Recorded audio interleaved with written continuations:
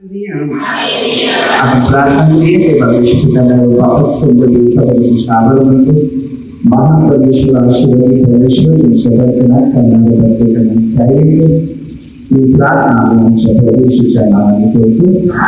Hallelujah hallelujah.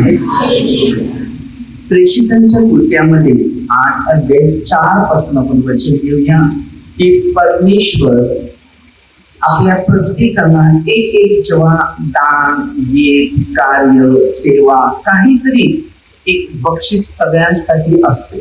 फक्त ते करताना व्यवस्थितपणे ते सांभाळलं पाहिजे. तर त्याच्यात 8:4 पासून जर वचन घेऊया.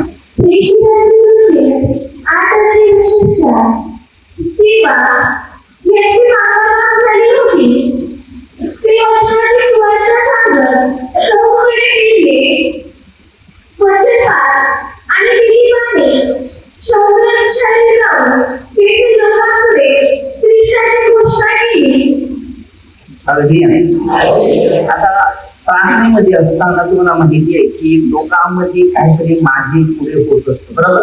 असा फुटा काय ना काय होता. तर त्याप्रमाणे तशा घटनेमध्ये प्रवास झालेला होता.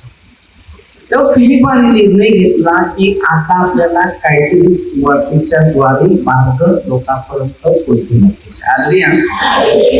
माणसं जेव्हा एक स्वार्थ तयार होते तेव्हा त्यांची फूट निर्माण होते. माणसात जतपर्यंत स्वार्थ नाही तत्पर्यंत फूट निर्माण होत नाही. जेव्हा आम्ही आमचं मन तन शरीर आत्मा हे संपूर्ण देवाच्या हातात समर्पण करावं, तेव्हा ते सर्व समर्पण असेल तेव्हा आपला स्वार्थ गायब होतो. तेव्हा फिलिपाची भाषण ऐकून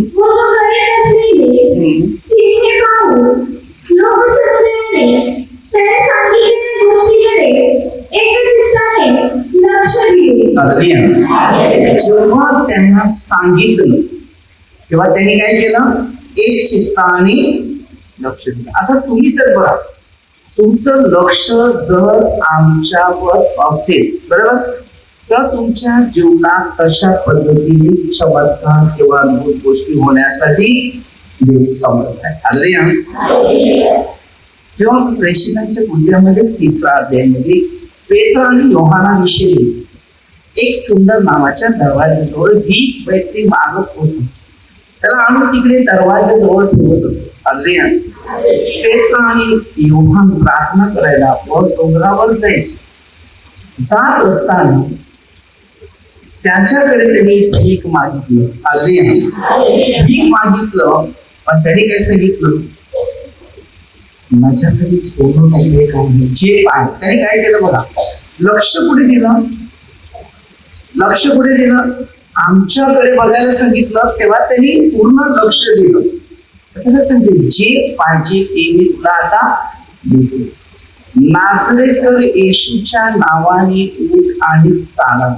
आणि तो उठला तेव्हा ज्या जीवनामध्ये त्याच्या देव जेव्हा आतमध्ये शिरला, जसं यांच्यात शिरलेला होता पेत्र आणि योहानमध्ये, तसाच तोच देव कुणामध्ये शिरला, त्या बेकाऱ्या माणसाला.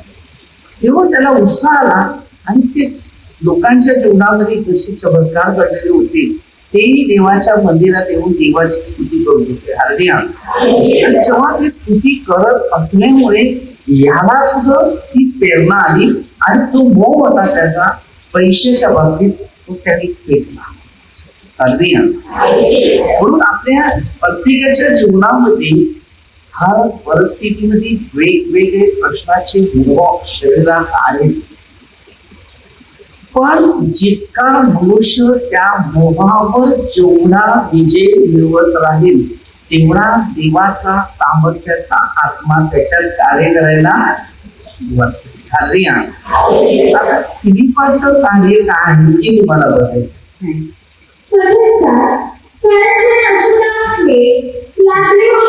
ज्याला अशुद्ध आत्मे लागलेले होते त्यांच्यातील पुष्कळातून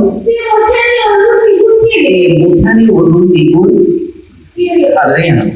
आता विचार करा, आपल्यामध्ये जेव्हा एखादा अशुद्ध आत्मा लागलेला असतो बरोबर, तेव्हा तो निघून जातो, तो ओरडतो आणि ओरडतो, परत तो तिकडे येत नाही. बर, जर तुमच्यामध्ये काहीतरी पाप आहे तत्पर्यंत तो अशुद्ध आत्मा त्या शरीरातून कधीच बाहेर होतो. पापामुळे तो प्रवास करतो.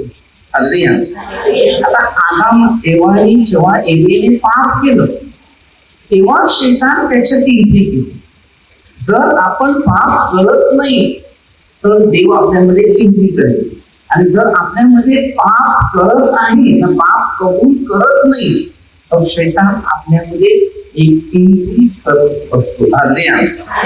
त्याची विचार वेगळे, त्याची मोह वेगळे, म्हणजे अनेक माणूस स्वभाव आहे. मी मानवाचा कधीच विषय बसत नाही असा की तो दोषी आहे. आपण सगळे दोषी. तर त्यातून बाहेर जेव्हा आपण उतरतो, पापातून जेव्हा बाहेर उतरतो तेव्हा आपल्याला देवाची ओळख असते, आणि देवाची ओळख लागल्यानंतर देवाच्या पाठीमागे जाण्याची इच्छा निर्माण होते, आणि त्याच्यातून माणसाला समाधान, शांती, आनंद, एक उत्साह, एक वेगळ्या पद्धतीने परमेश्वराच्या आत्मेने त्याच्यात कार्य करतो. त्यासाठी पुष्कळ पक्ष घातली आणि जी पांगळी माणसं होती ती बरे झाली. विचार करा, जर बरे झाले तर देवाची गौरव आपल्यामधून झाली. आज आपण प्रार्थनेत येतो, बरेच लोक बरे झाले पण कधी सांगत नाही की माझ्यासाठी प्रभू येशूने मोठी अद्भुत चित्र चमत्कार केलेले आहे. जेव्हा आम्ही लोकांना जेव्हा सांगतो प्रत्येक 5 वेळाप्रमाणे, तसं ह्या बायबलमध्ये जशी नावं राहिलेली आहेत तशी ह्या पृथ्वीमध्ये त्या जीवनाच्या पुस्तकामध्ये आपली नावं रोजलेली आहेत.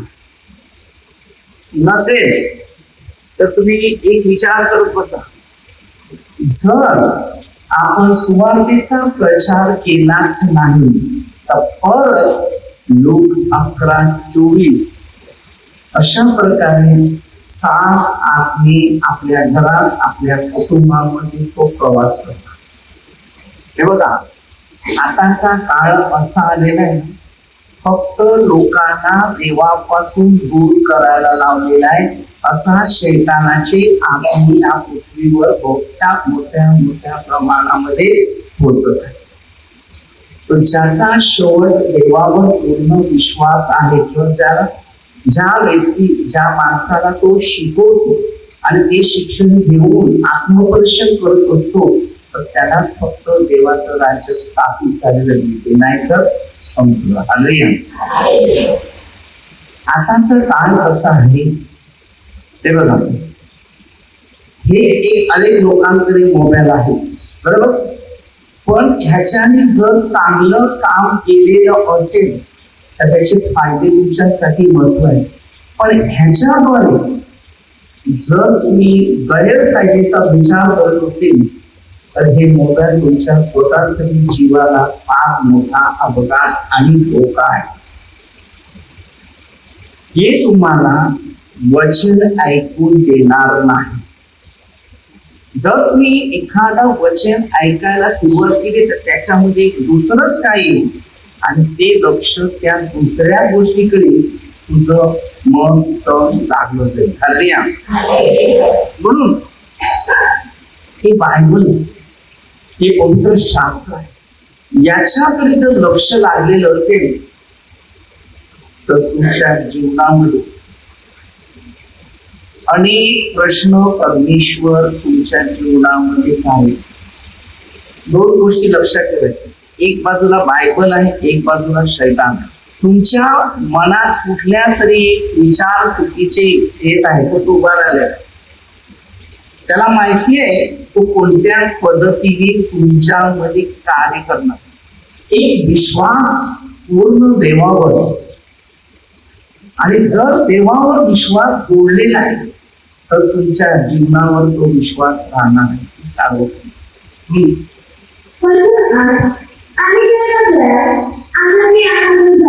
त्या नगरात आनंदच आनंदच. आता आपण विचार करूया, आपल्या अंगणामध्ये एवढा प्रभूचा आशीर्वाद आलाय, बरोबर. तिकडे सगळी बाजूने आनंदच आनंदच आनंद आहे. आता हे आनंद का? कारण तुमच्या जवळ येशू ख्रिस्त आहे. तेव्हा 4 मध्ये 27 वचन दिले, येशूचे शिष्य होते आणि हे शिष्य तिकडे भयभीत. प्रभू येशू त्यांना काय सांगतो, तुम्हा शांती असेल. जग देते ती शांती मी तुम्हाला देतो. आता आपल्याला जगाची शांती सगळी मोहित आहे. काही घ्या, टीव्ही घ्या, मोबाईल घ्या, नदी घ्या, विमान घ्या, जमीन घ्या, जागी घ्या, घर बांधा, सगळे लाद्या लावा, काही करा, परंतु ते शून्य आहे. शून्य, आकार नाही, आकार नाही, ते फक्त शून्य आहे. त्याला आकार, ते मोह. आपण जिवंत आहे तेव्हा आपले डोळे त्या लक्ष देऊन ते डोळ्यामध्ये आहे दिसते, तेव्हा आपल्याला ते मोहामध्ये पडून नुकसान. पण जर पवित्र आत्मा आपल्या जोडीला कार्य करत आहे, एवढी शांती, एवढा आशीर्वाद येईल, एवढा अभिषेक होईल, जिंदगीतल्या सगळ्या वस्तूपेक्षा देवाचा आत्मा श्रेष्ठ. आणि तो जर आत्मा आहे तर आपल्या जीवनामध्ये पवित्र आत्म्याचं सामर्थ्य प्राप्त होतं. आणि ती सामर्थ्य कोणी व्यक्ती देत नाही, एक स्वतः पवित्र आत्मा आपल्याला देतो. आणि त्या आत्म्याने आपल्या जीवनात आहे. आपल्या फिलिपाद्वारे परमेश्वराने आत्म्याची तयारी केली. पवित्र आत्मा त्याच्यावर उतरला तेव्हा लोक सर्व प्रकारचे कुठली आजारी समस्या संकट होते ते सगळी बरी झाली. आता तुम्ही बघा, पेत्राच्या 2 पत्रामध्ये 2:22 मध्ये वचन दिले, आता इकडे बरे झाले, परत जगात गेले, परत बरा होत नाही. त्या टायमाला या जगात गेल्यावर शैतान पाठीमध्ये आणि तो तुम्हाला देवापासून दूर करतो.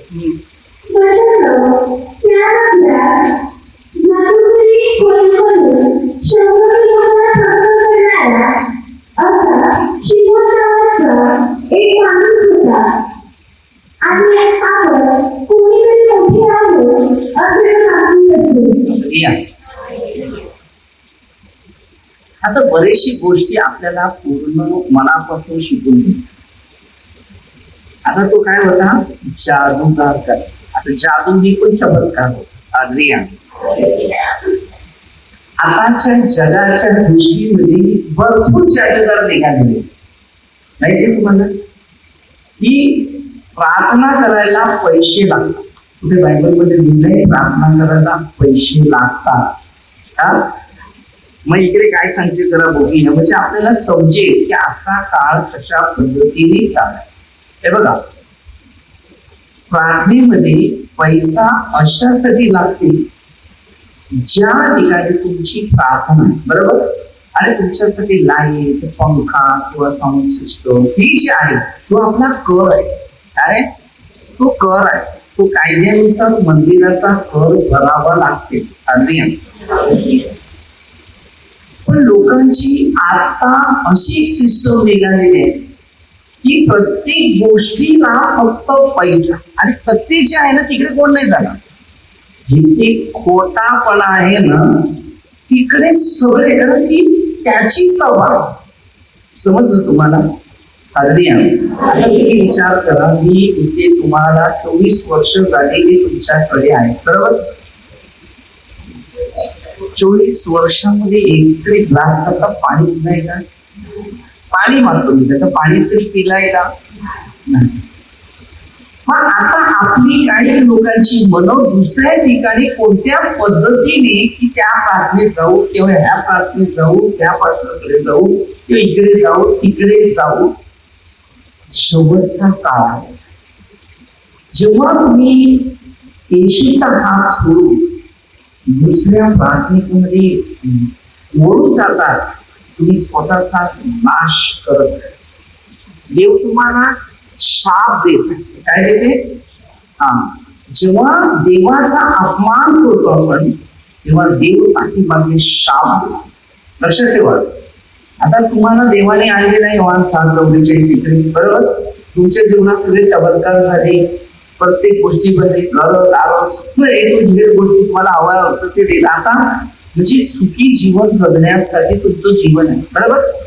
मग आता देवाच्या स्तुती किंवा देवाच्या गौरवामध्ये तुमचं जीवन जास्त लागलं पाहिजे. इकडे तिकडे भटकत नाही लागलं. भटकत असेल तर देवाचा क्रोध, देवाचा शाप.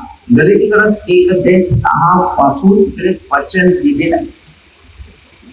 आणि योहानाच्या दुसऱ्या पत्रामध्ये 7 पासून जर वाचलं तरी पुढे चालेल की येशू ख्रिस्ताला जो मनुष्य कबूल करत नाही त्याला घरात घेऊ नका. आता तुम्हाला माहितीये सगळं बायबल सोडून ऑनलाईन लागलं. काय? बायबल बाजूला ऑनलाईन. आता तुम्ही ऑनलाईन मध्ये जर असले तर या पवित्र शास्त्राचं शिक्षण तुमच्यामध्ये कोणतंच नाही. तुम्हाला पहिला आत्मा ओळखायचा दान आहे का? योहानाच्या पहिल्या पत्रामध्ये 4 अध्यायामध्ये 1 पासून दान आहे का? जर ज्याला आत्म्याचं दान असेल तर त्याने त्या प्रार्थनेमध्ये जॉईन हो.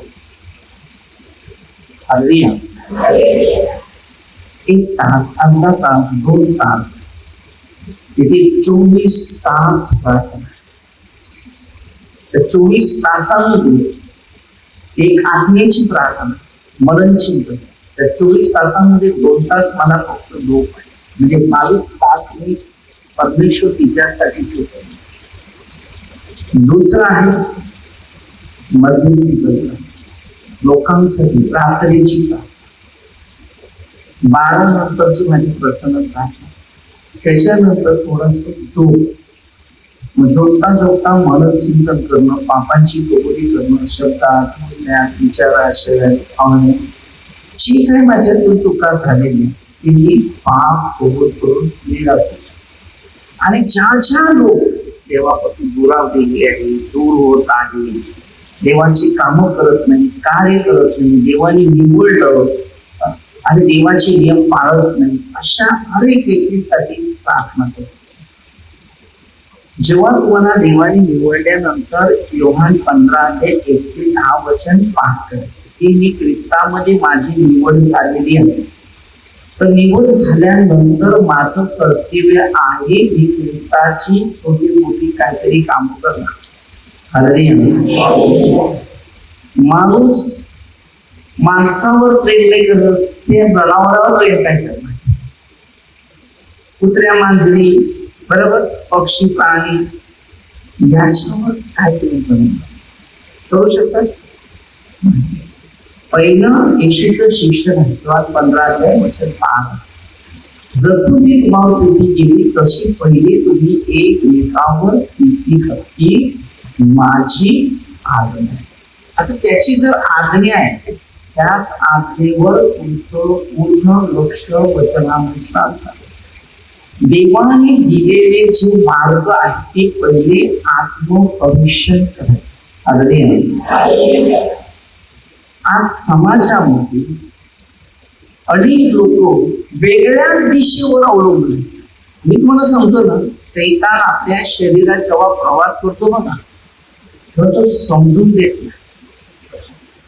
मग कोणाने एक पत्र लिहिलेलं आहे रोमकर 7:15 तो त्याने त्यांना काय सांगतो माहितीये का? रोमनच्या लोकांना मी काय करतो मलाच माहिती नाही. म्हणजे स्वतःवर घेतलं त्याने. माझ्या काही जे पाप आहे तेच मी करतो. तुमच्या आणि माझ्यामध्ये हेच प्रश्न आहे. मी काही श्रेष्ठ नाही, तुम्ही पण श्रेष्ठ नाही. श्रेष्ठ एकच आहे, तो म्हणजे परमेश्वर. मला जी वाचा दिली, मला जे शिक्षण दिलं, मला जे मार्ग दिले, जे मला नियम दिले तेच मी तुम्हाला शिकवतो. पण हे बघा, तुम्हाला लक्षात ठेवा, हा एक प्रकरण 12-12 सात्विक आत्मा आलाय आणि 13 देव. देवाच्या लोकांविरुद्ध फार कठीण आहे. तर ते आत्मे तुमच्याकडे येतील आणि तुम्हाला असं भडकवून ठेवतील की तुमच्या लोकांमध्ये एवढं कार्यामध्ये इंटरेस्ट आहे तरी फूट पाडून जाईल. हा, मग नक्की विश्वास कसा करावा? आता समजा तुमचा आणि माझ्याशी एकदम चांगलं क्लोज नातं आहे, बरोबर. काही समस्या असल्या मी प्रार्थना करतो, सगळ्याची इच्छा पुऱ्या होतात, परमेश्वर आशीर्वाद करतोही झालं, ओके झालं. पण जेव्हा एक आत्मा ये तुमच्या पाठीमध्ये, तर तुम्हाला तो पहिला काय सांगेल? तुमची प्रार्थना बसता या तुम्ही चालले एवढं वर्ष शून्यातून आकार दिला. लक्षात ठेवा, रोमक्रास 11:13 पासून कधी पण पाठ करायचं. मूळ जे आहे तर झाड राहील. मूळ खराब व्हायला लागलं ना तर झाड सुकायला सुरुवात होते. लक्षात ठेवा, माझं चांगलं आहे मी चांगलं सोडून, म्हणजे की 3:20 मध्ये दिले, धार्मिक आपली धार्मिकता सोडून अधर्म करू लागला तो खात्रीने मरणार. खात्रीने म्हणजे दुःखास, आपत्ती, समस्या, संकट. रोमक्रास 7:23 पापाचं वेतन मरण. अगदी 3रा अध्यायामध्ये ज्या वेळेला आदामाला निर्णय दिलेले या झाडाचं फळ खायचं नाही, त्यांनी त्याच्या आज्ञेमुळे जिंदगीवर कष्टमय जीवन जगलं. आजपर्यंत सर्व माणसामध्ये अशा प्रकारे पाप असं रोमक्रास पत्रामध्ये रोमक्रासमध्ये सगळं गोष्टी शिकवतो. जर रोमक्रास 5वा अध्याय वाचला तर तुम्हाला खूप काही शिकायला मिळेल, किंवा 15 अध्याय वाचला त्याच्यात पण काही तरी तुझ्या जीवनात शिकायला मोठा प्रश्न आहे. हे जर तुम्ही वाचत आहे ना तर तुम्हाला कोणाची गरज नाही, बरोबर. स्वतःशील मध्ये 146 अध्याय वचन 3-4 वचनामध्ये लिहिलेले आम्ही काही नाही, तुमच्या समोर आम्ही काहीच नाही, कारण ही परमेश्वराचं आमचं नाही. आम्हाला आज्ञा दिली, नियम दिले, वेदी दिली ते मी शिकवतो. जर शिक्षण घेत असेल तर चमत्कार दिसतील, आणि जर शिक्षण घेत नसेल तर दुष्ट आत्मे तुमच्या शरीरात प्रवेश करतात. म्हणून पहिलं त्या वचनाचा अर्थ बघा. आता त्या सिमोनाच्या गोष्टी जरा पुढे घ्या ना.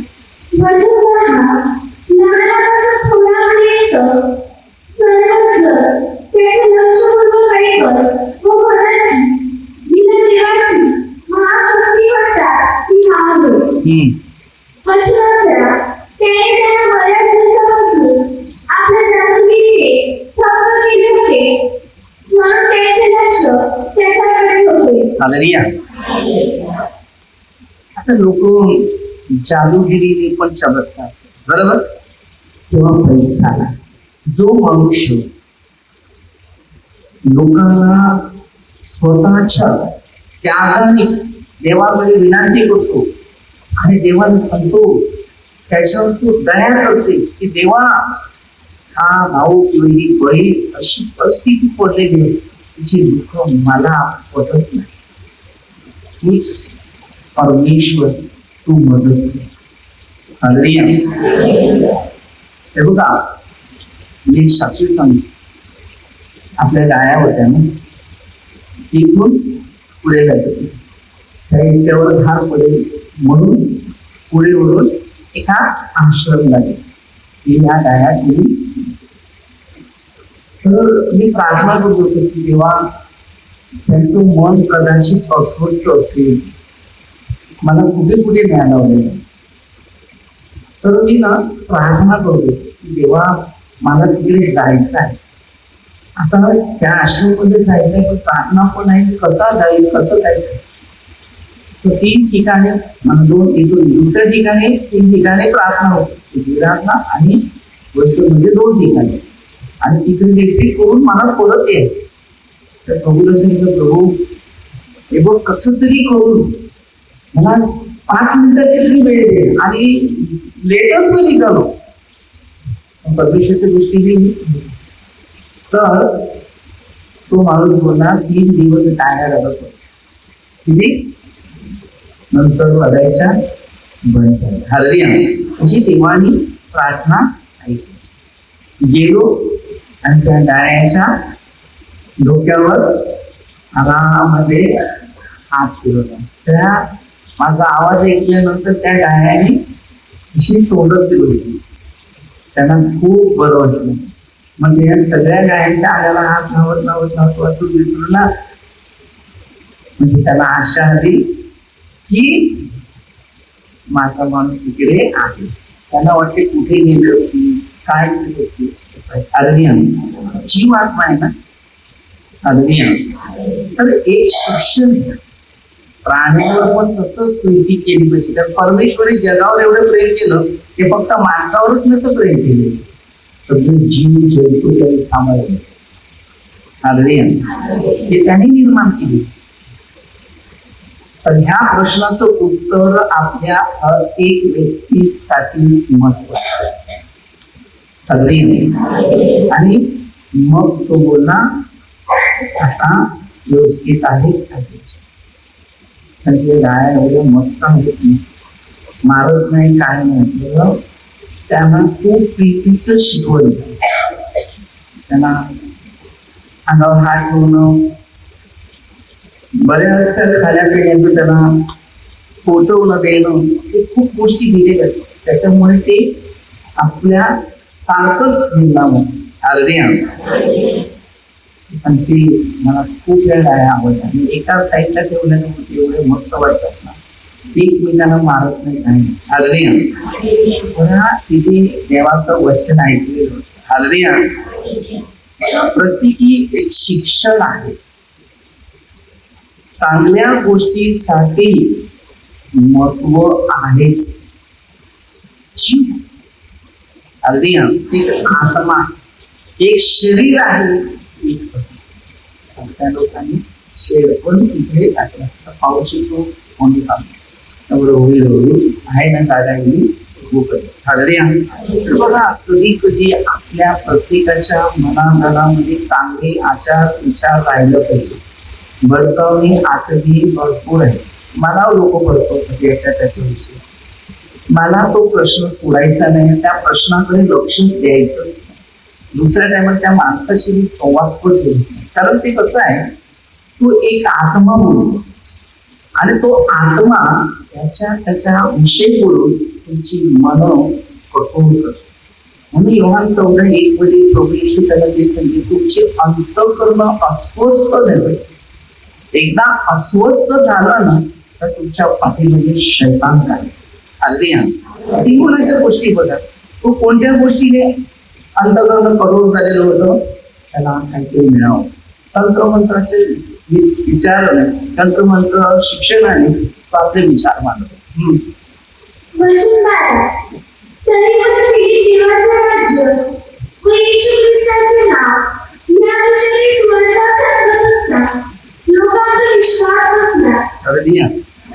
जेव्हा विश्वास येईल त्या प्रार्थनेमध्ये जीवन जगायचं असेल ना तर लोकांना शेवटपर्यंत विश्वास. लोक आतमध्ये पण शेवटला विश्वास पृथ्वीवर राहणार नाही.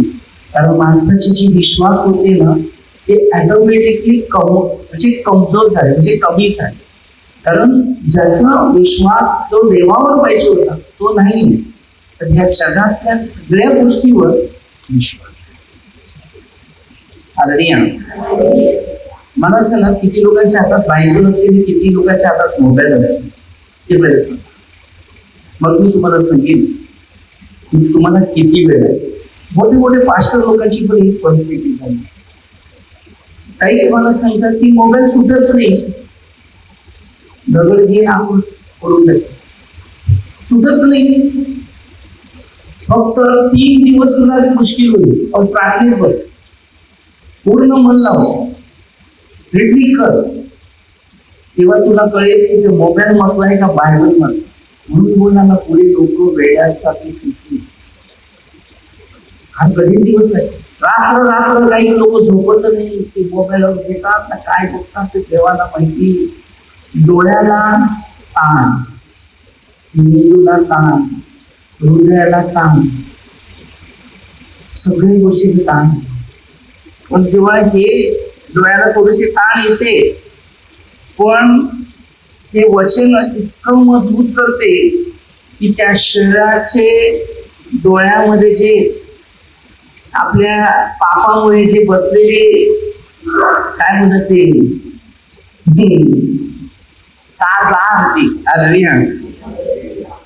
त्यामुळे आपल्याला सारखं दिसत.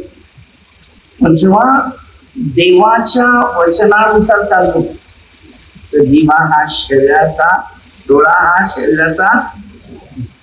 आपल्याला डोळ्याचा वापर केला पाहिजे.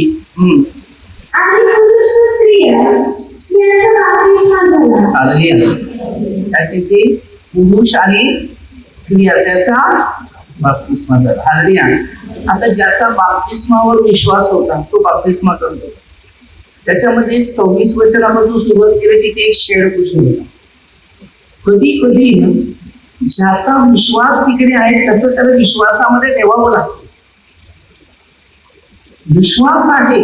बाप्तिस्मा म्हणजे सगळ्यात श्रेष्ठ आहे. पिता, पुत्र, पवित्र आत्मा या तिघांची ऐतिहासिक माहिती पाहिजे. परमेश्वराने सृष्टी बनवले, पुत्राने पापी लोकांसाठी मरण पावला आणि पवित्र आत्मा सर्वांना मार्गदर्शन करण्यासाठी, सेवेसाठी तो मानवावर उतरला. माणसाचं जीवन एक पवित्र बनवलं आणि पवित्र कार्यासाठी माणसाने तयारी केली. फक्त येशू ख्रिस्तावर खरा पवित्र आत्मा उतरलेला होता. कारण योहानाने तेच सांगितलेलं 3:11 मध्ये. आणि खरोखर 22-23 मध्ये पवित्र आत्म्याचा मोठ्या प्रमाणे त्याच्यामध्ये एक अद्भुत कार्य उभारलं आणि प्रभू येशू या जगासाठी, सर्व मानवासाठी एक सहनशील एक शक्ती बनली. आता जर आपल्यामध्ये जर सहनशील शक्ती बनलेली आहे तर आशीर्वाद तुमच्या प्रत्येकामध्ये काम करा. विश्वास धरला व बाप्तिस्मा घेऊन तो फिलिपमध्ये सहवासात राहिला आणि घरात असलेली शिखे व महापराक्रमाची कृत्ये पाहून तो थक्क झाला. जादू टोना करणारा तो पण बदलला आणि त्यांनी पण ख्रिस्ती ह्याच नावाने, जर मी जादू टोनाप्रमाणे कार्य करतो पण हा तो येशू ख्रिस्ताच्या नावाने चमत्कार करतो. मग त्यांनी 3व्या गोष्टीकडे लक्ष दिलं की परमेश्वर, पुत्र आणि पवित्र आत्मा हे 3 मिळून कार्य करत आहेत. तेव्हा त्यांनी बाप्तिस्मा घेतला. बाप्तिस्मा घेतला म्हणजे पूर्ण निर्णय घेतला. आज अनेक लोकांचे बाप्तिस्मा झालेले आहेत पण येशूच्या बरोबर काम करतात का? हे कुठे सगळे ज्याचा बाप्तिस्मा होतो तो कार्य करतो. आता तो फिलिपा बरोबर कार्य करत नाही. हालेलुया. जर तुमचा बाप्तिस्मा झालेला आहे, मला लोक बोलतात तुम्ही बाप्तिस्मा करत नाही, त्याला कारण आहे. मी बाप्तिस्मा करत नाही, मी आज्ञा देतो, पोट आणि प्रवचन देतो. जेव्हा तो सुवार्तिक बनतो ना त्याला आज्ञाद्वारेच होतो. त्याला येशूने काय सांगितले मागच्या 28-19 जे त्यांना आज्ञा दिले ते पाळाव्यास त्यांना शिकवा आणि पिताच्या, पुत्राच्या व पवित्र आत्म्याच्या नावाने अधिकार म्हणजे बाप्तिस्मा अधिकार द्यावा. बाप्तिस्माचा अर्थ आहे अधिकार. येशूला अधिकार मिळाला तेव्हा येशूने त्या जगात कार्य केलं. बाप्तिस्मा असं नाही की पाण्यामध्ये डुबकी मारली तो झाला, तेलाने बाप्तिस्मा केला तो झाला. बाप्तिस्मा असा आहे की पवित्र आत्मा उतरल्यानंतर आपल्या शरीरावर तो स्वतः कब्जा करतो आणि तो स्वतः आपल्यातून कार्य करतो.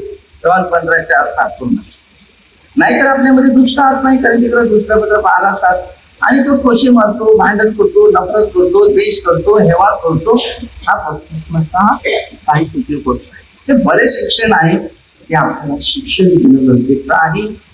तर वेळ नाही तर आपण छोटीशी एक प्रार्थना करूया आणि परमेश्वर त्याच्या इच्छेप्रमाणे आपल्या जीवनामध्ये बरेचसे अद्भुत चिन्ह चमत्कार प्रभूच्या कार्यास्तव आणि प्रभूच्या मार्गासाठी, प्रभूच्या नियमासाठी, प्रभूच्या वचनानुसार चालण्यासाठी आपल्याला धैर्य आणि शक्ती मिळावं म्हणून विशेष प्रार्थना करूया. सर्व मंत्री लोक, आमदार सरपंच, सर्व पोलीस लोक भेटतो प्रभूचा आशीर्वाद घेऊन प्रार्थना प्रभूच्या नावाने करतो. आमेन. हालेलुया.